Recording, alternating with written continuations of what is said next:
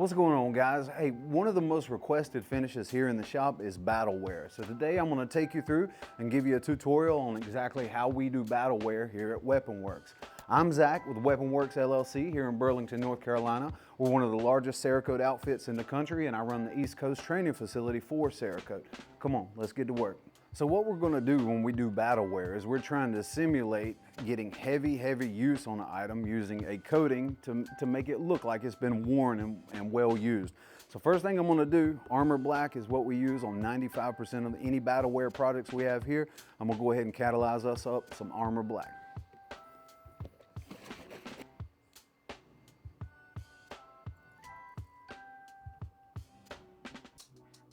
So the project we're going to do some Battlewear on today is we have a hookah that is shaped like a mortar shell. Pretty cool item.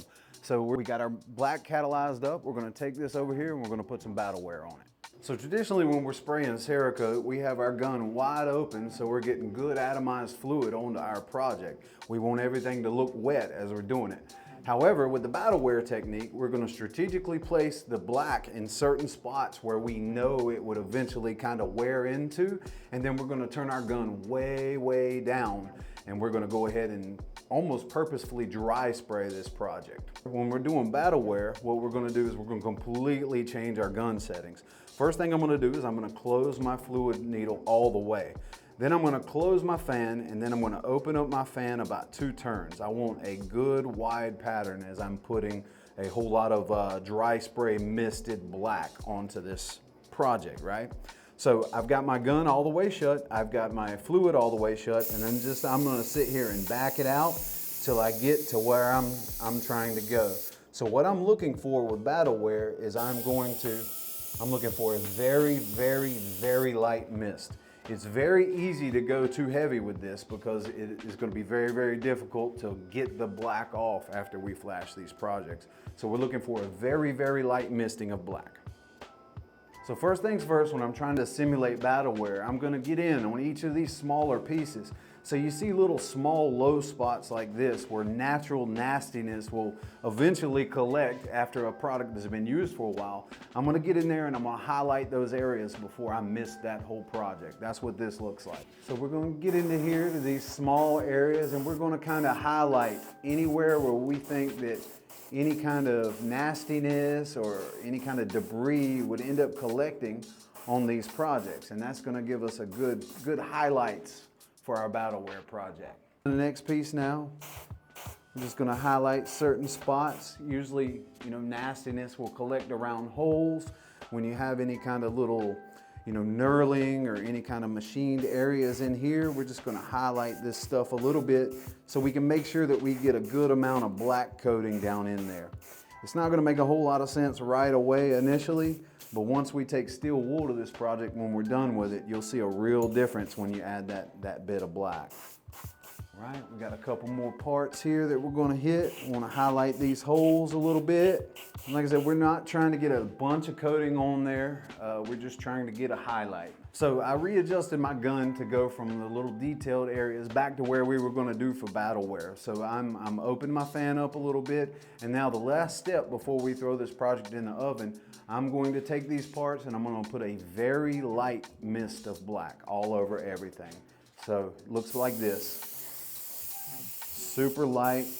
We're just trying to make sure that there's black on every surface that we can get out there. I'll open it up a little bit, get a little bit more. All right, on to the next piece. Like I said, less is more in this situation. The less I do, the easier it is after we take it out of the oven.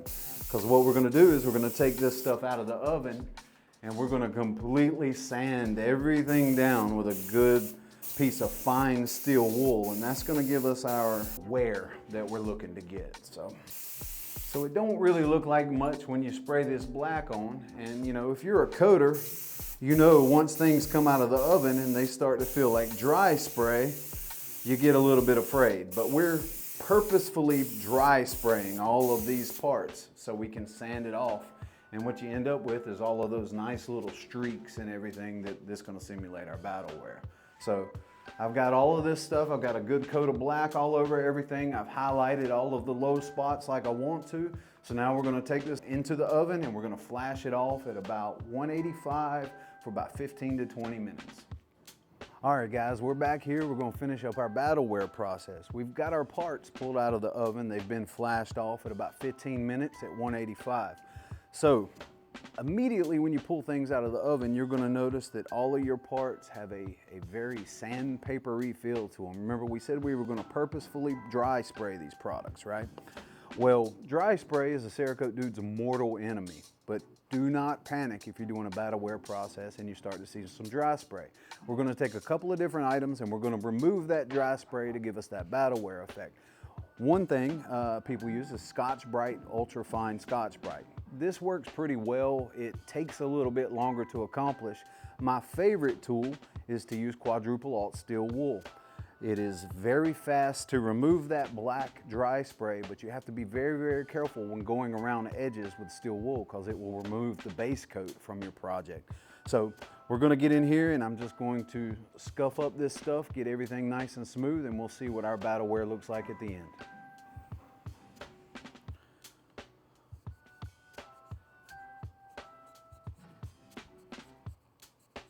Ain't gonna see it too much on that.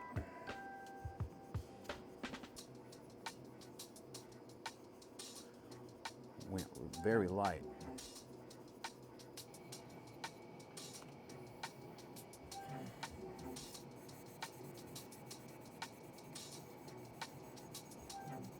Trying to go completely random when we're doing Battlewear because there's no telling how a product is going to slide across a floor or something like that.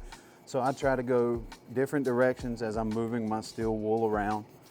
But we went very, very light on this product. I didn't want a super heavy Battlewear, so this is a very, very fast process for me right now.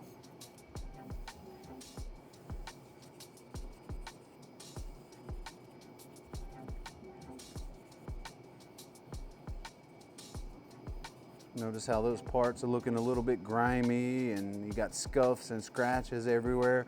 We don't want anything to actually show the substrate, but all of those scuffs and scratches really give the project character.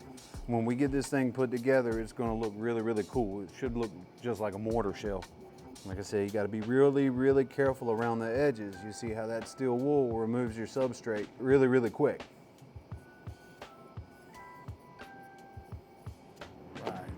So we're done putting our laser logos on and we've got our product put back together. We're gonna get this guy packaged up and sent back to the manufacturer for review, but as you can tell, Battlewear is a great technique that can be done over top of single color, it can be done over top of camouflage, and it just gives you a little bit extra depth and a little bit more detail in your project. Hopefully this tutorial helps. And look, if you make products and you would like a free sample of Cerakote onto your products, I'd love to help you out with that. You could always hit me up at 800-556-9498 or shoot us an email, info@weaponworksllc.com. We would love to do a sample for you. Samples are always free. Until next time, I'll see you guys later.